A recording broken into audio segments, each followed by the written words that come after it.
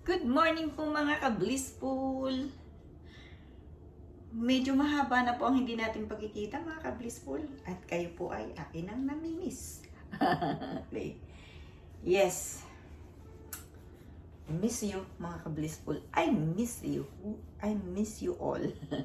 I am missing you. Bakit missing you? Ay all. Okay. Ako po ay balak talaga na lumabas at tayo po ay makapaglakad. At ako rin po ay ma-exercise. But, itinry ko po at hindi ko po kinaya mga ka-blissful. Matigas po yung yelo at pwede po akong madulas. Ngayon po ay -8 dito po sa lugar namin. And, ang isa ko pa pong dapat gawin ay yung pong araw-araw kong ginagawa, ang makipag-usap sa inyo, ang ginagawa ko pong business. And tuloy-tuloy lang po ako mga ka-blissful, wala po akong ititigil. And by now, dahil tayo po ay nasa kusina, ako po ay magluluto ng kakainin ko. By the way, nagluto po ako kahapon kanina, not kahapon. Kanina pong umaga, ngayon po ay ngayon, 2:00 na po ngayon ng hapon. Kanina po kumain po ako ng ano bang tawag doon? Yung pong tuna, nilagyan ko po ng itlog, sibuyas, at saka po sibuyas na and then sibuyas na, tawag dito? Yung green. And then yun po ang kinain ko ng, masasabi ko pong tanghalian kasi 11 na po ako kumain. And after that, so marami na po akong nagawa dito sa bahay. So, sandali lang po. At gusto ko pong maghanda ng kakainin ngayong hapunan, mga ka-blissful. And hindi ko po naiisip, titingnan ko po sa kung ano pwede kong ilutuin. Ako po ay may kalabasa. At saka po ako ay may, baka ito ang aking gustong gawin. Ito po, ang kamote. Wow. Hindi ko po, gagawin ko po yung merienda. At ang akin naman pong gagawin ulam ay ito, kalabasa. Okay. Akin lang po siyang, possible na i-bake ko lang po siya. Para makapag po ako sa akin. Mga dapat gawin ngayong araw na po. Well, meron pa po akong 2 ulam na naluluto na, pero ewan ko po kung anong dapat kong gawin. Nakakita tuloy ako ng apple. Wait. Nabagsak siya. Okay, may pansit pa. Oh, wow. Okay. So, magagawa po ako ng butchi. Ano ba mga ka-blissful? Nagbubutchi tayo. Ano ba yung butchi? Ang butchi po sa akin ay ito pong kamote. Akin po siyang ilalaga and then imamash ko po. Lalagyan ko po ng harina and lalagyan ko po siya ng what you call that? Asukal. Yun po yung gusto kong mga pagkain. At alam niyo po ba, nung umuwi kami diyan sa Pilipinas, di may mga kasambahay po ako. At ang gusto ko pong laging pagkain sa umaga is nilagang kamote, nilagang saba. And one time po sinabi po ng mga kasambahay ko na, Dok, pwede po bang kanin ang kainin natin sa umaga? Napaisip po ako, sabi ko, bakit ayaw nyo ba niyan? Kasi yan ang gusto ko. Pero kung ayaw ninyo, sige magkakain tayo ng kanin. Ipagsasangag ko kayo at saka ulam. And then, nung kami nag-uusap at kumakain, kasi sumasabay po ako sa mga kasambahay. Sabi po nila, Dok, kasi po yung pong sa kamote, kahit po kamuting kahoy, kamuting, yan nga, ito nga pong kamuting na to. Sabi po nila kulang na lang daw po nilang hindi nakain yun daw pong kamuting kahoy, yun daw pong matigas na pinakang body noong kamuting kahoy. And then, doon daw po sa kamuting gapang. Eh, yun lang, ang hindi na lang daw po nila nakakain doon ay yun daw pong, yung basta matitigas na bahagi noong, ano, sabi ko, okay, ibabaguhin na natin ang ating almusal at saka ang ating merienda. Hindi ko kasi alam na hindi nyo pala gusto ng kumain niyan. Pero masyado po akong naawa or parang tinusok po yung puso ko kasi ganun pala ang hirap na dinadanas nila. Napaka-bless po natin kasi yung pong katayuan natin is hindi natin nararanasan what I mean, yung nararanasan ng iba. Kaya, nagiging emotional po ako pagka po ito yung pinag-uusapan. Kasi syempre, yung pong naranasan nila, ay naranasan ko rin nung bata pa ako in a different type of paghihirap. Ano po? And then, yes, isa po ito sa akin pong gustong gawin ang makatulong sa mga dapat tulungan. And in the near future po. And I'm looking for that, mga ka-blissful. Yeah, babaguhin ko na po yung kwento kasi nababago po yung aking damdamin, yung pong emosyon ko nagiging emotional po ako, mga ka-blissful. And yun po yung ayaw kong magsimula sa pakikipag-usap sa inyo na ako po ay nagiging sensitive, nagiging emotional nga po, mga ka-blissful. So, I'm sorry, mga ka-blissful, pero I'm thinking all the things that na gusto ko pong italakay today, yung pong pag-usapan po natin. But sandali lang po, gagawa lang po ako nitong apple, hihiwa-hiwain ko po at tayo po ay mag-usap ulit. Diyan po muna kayo, mga ka-blissful. Sandali lang po. Pero bago po ang lahat, kukumustahin ko po ang mga nanay, ang mga tatay, ang mga ate at ang mga kuya. Mga lolo at lola, kumusta po kayo, mga ka-blissful? May mga inspiring thought po akong iisip na gusto ko pong pag-usapan po natin. And yun po yung gusto kong gawin today. About butchi po naman. Ito pong butchi na isa po sa gusto kong kainin. That is my favorite. One of my favorite. Ano po? Pinadadala ko po yan sa aking kwarto. Nung di po ako nasa Canada, nasa Pilipinas po ako. Pagkaluto po, sabihin ko, ako na lang kakain. Dalhin niyo na lang dito sa kwarto. So, yeah. Kasi po, right now, yan po ang magiging maayos sa ating pong body, di po ba? Lahat po ng crop, lahat po ng yung mga gabi, maganda po yun sa ating katawan, mga ka-blissful. Opo, parang sa mga wala pa pong age. Katulad ko pong aging na yan po ay magandang pagkain. Wait lang po.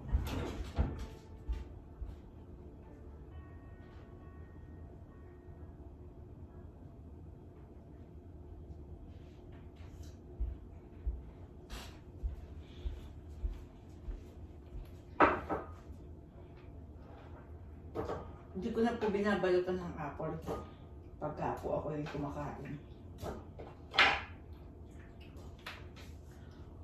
Apple. So,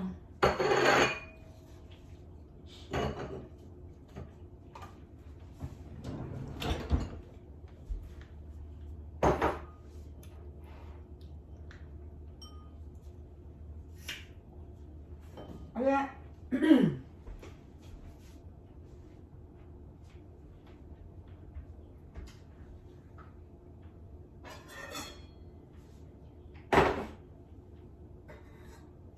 tama-tama po lang po. Instinct ko lang po siya para, ang kamote po kasi dito, hindi po katulad ng kamote diyan na pagka inilaga mo is, yung po bang hindi malabsak. Ano po dito, malabsak po dito, mga kablis po lang. Parang may nabibili din po akong, what do you call that? Yung pong kulay red sweet potato. Pero bihira po, tapos expensive po siya, mga kablis po. Diyan na nga lang kayo. Paano ba? Kasi po pag binago ko kayo, ayan, dyan po ako. Naglagay nga po ako ng ilaw. Ito po isang, kita niyo ba ako? Okay lang? Okay lang po dyan? Sana po okay lang. So,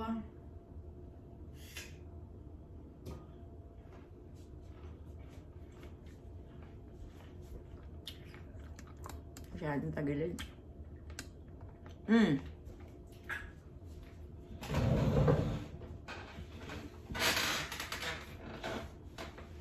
Nagsisit down po ako kasi hindi ko po kayang matagalan nakatayo, mga ka-blissful. Yung pong aking likod ay masakit. And then, yung pong aking paa. Manhid po yan, mga ka-blissful. Pero syempre hindi ko na po yan iniisip. Talagang ganun. Talaga siguro ganun. Akin lang po siyang hihiwain. Ang ganyan. And then i-steam ko po siya, mga ka-blissful. Pa-steam po ang ginagawa ko.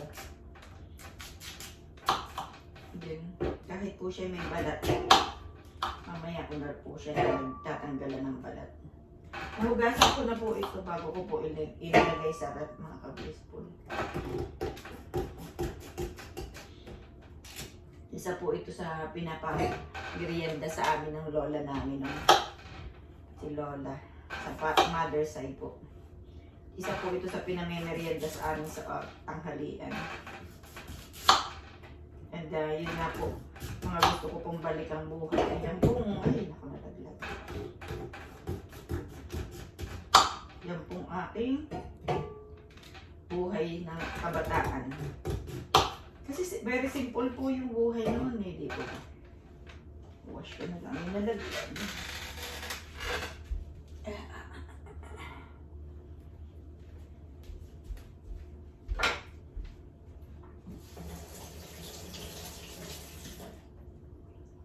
So, habang hinihintay po natin itong maluto, ay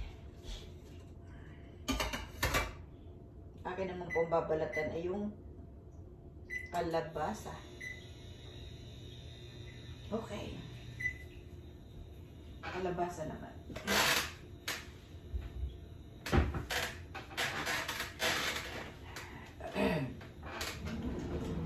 Chili.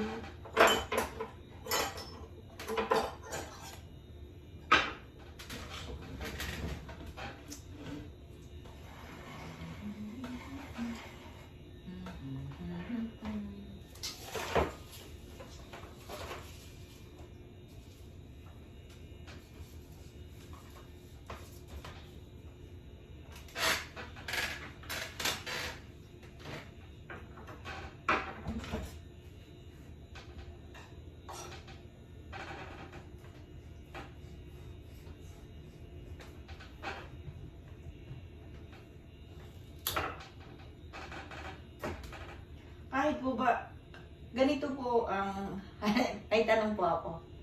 Ngayon po ba sa inyong pong buhay, sa inyong pong katayuan ngayon, mga nanay, mga tatay, at ang mga kabataan, syempre yung pong, wala, kasi po yung pag-aayos ng maayos na buhay is wala po siyang time, di po ba? Wala po, I mean is wala po siyang late. Walang late kung gusto mong baguhin ang buhay mo. Kung gusto mong mabago.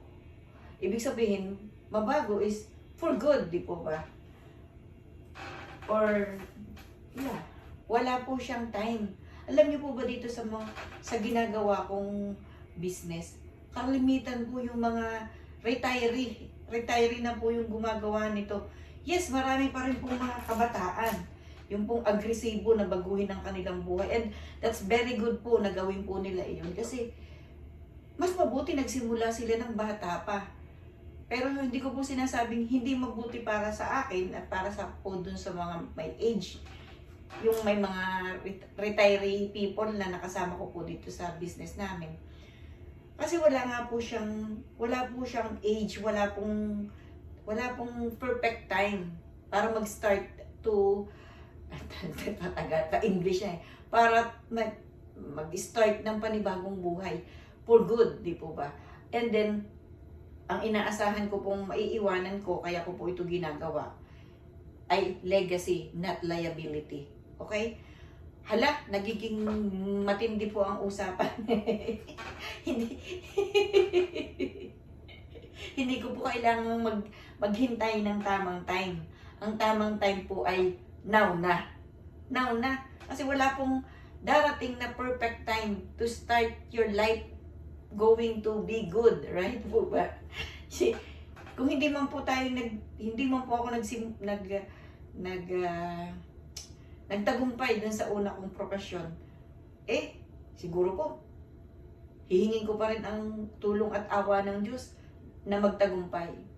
And pray is the best and motivation. Hindi lang po motivation, discipline sa iyong mind. Ano po ba yung mindset? Mga nanay, mga tatay, nawa po ay maibahagi ko to ng maayos, mga blissful.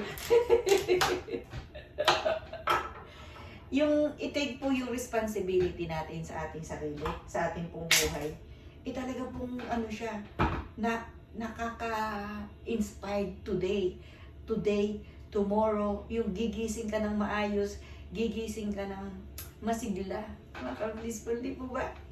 Kaya natin to, kaya. Di po ba?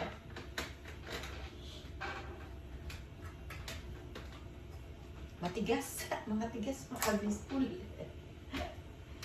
Ano po bang strategy how to do this? Baka ako magkasugat. Ano pang ginawa ko before? Iniwa ko siya ng maliliit. And then, doon ko siya binalatan. Mayroon po akong naging kaibigan na ini-spin lang niya to, tapos kinakain na niya without anything. Ito lang po. Sabi nga po niya matamis. Hindi ko pa po nararanasan gawin yun. And tingnan ninyo, wala siyang lubak. I believe na dito po siya magkakaroon. Dito po sa isang side na. And masarap nga po itong gatan, di po ba? Kung ang ilalawak mo dito ay alimasag, hipon, mga ganun. Wala po akong ganun dito, mga kabis po. Diyan nga po mura lang diyan, di po ba? Nung pong ako'y nandiyan, pagka po Sabado at Linggo, yun po ang aking niluluto para sa aking anak na si Lara. Kasi siya po yung nag-aaral ng college. Kaya po sinabi kong para kay Lara. Kasi alam ko po yun yung favorite nila. Pero yun nga po, nagagawa ko yun pagka Sabado or pagka Saturday or Sunday.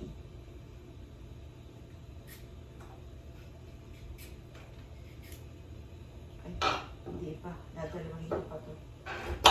Pagpasensyahan niyo po. So, balik po tayo sa pinag-uusapan natin. Ano po? Yun nga, maging responsable tayo dun sa ating buhay. Responsable and empowering yourself. Kailangan, ikaw mismo yung magagawa ng maging malakas. I-empower mo yung sarili mo. Kakausapin mo yung sarili mo sa umaga. Para alam nyo po, hindi po araw-araw ako ganito. Pero make it a point na gusto ko pong ganito lagi, mga ka-blissful. At napakalaking tulong nyo po sa akin. See, ito, nakaupo ako, nakikipag-usap sa inyo. may ginagawa. Napaka-ayos po ng aking ginagawa, di po ba? Nagiging... And, yes, totoo po, napakalaking bagay po ninyo sa akin mga ka-blissful. And I am so thankful. I'm so grateful. Every day, kasi kayo po ay nandiyan na sa buhay ko. And pagpatuloy lang po natin itong pagpapalakasan natin mga ka-blissful.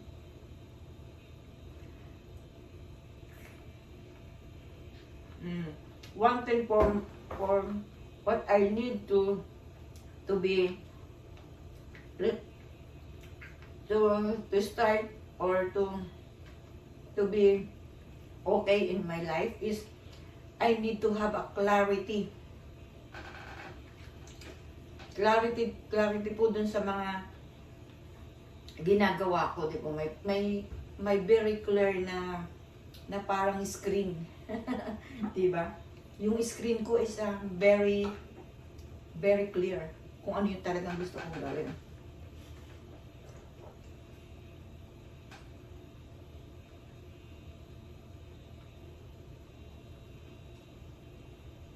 Clarity in my plan and I have a direction, di po ba? And ayun, ito po hindi ko na po siya hahabaan. Mamaya po mag-usap po ulit tayo. Pagkita po tayo, siguro po ito'y luto na and ulit po tayo mag-usap po ulit tayo mga ka-blissful. Ingatan po kayo ng ating Panginoong Jesus. Araw-araw sipag. Araw-araw nakapokus ka dun sa gusto mong mangyari. And ang kahit konti lang po na pagbabago papunta sa direksyon ng inyong pagtatagumpay dito po sa kahit ano pong ginagawa ninyo. Gawin po ninyo, i-celebrate po ninyo kahit magkape lang kayo ng inyong asawa, ng inyong mag-anak, magkwentuhan sa isang table, sa dining table. Good na po yun mga ka-blissful. Salamat po sa inyong lahat and sa akin po mga anak. Hello sa inyong mga anak. Have a great and blessed day. Thank you po and talk to you later. Bye-bye.